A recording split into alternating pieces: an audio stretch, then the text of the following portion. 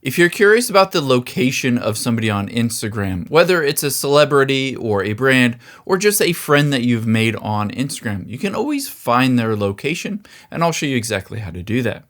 The first thing you're going to do is open up the Instagram app. I'm going to show you where your location for your account is found first. So tap on your profile at the bottom right, and then the 3 lines at the top right.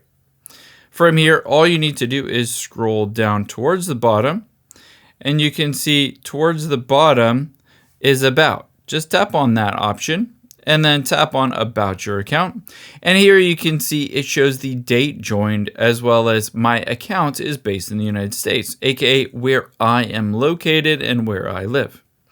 Now I'll show you how to find someone else's location. So let's go back and use MKBHD as an example. Just go to their profile, and after you've done that, tap on the 3 dots at the top right, and you'll be able to see an option that says About This Account.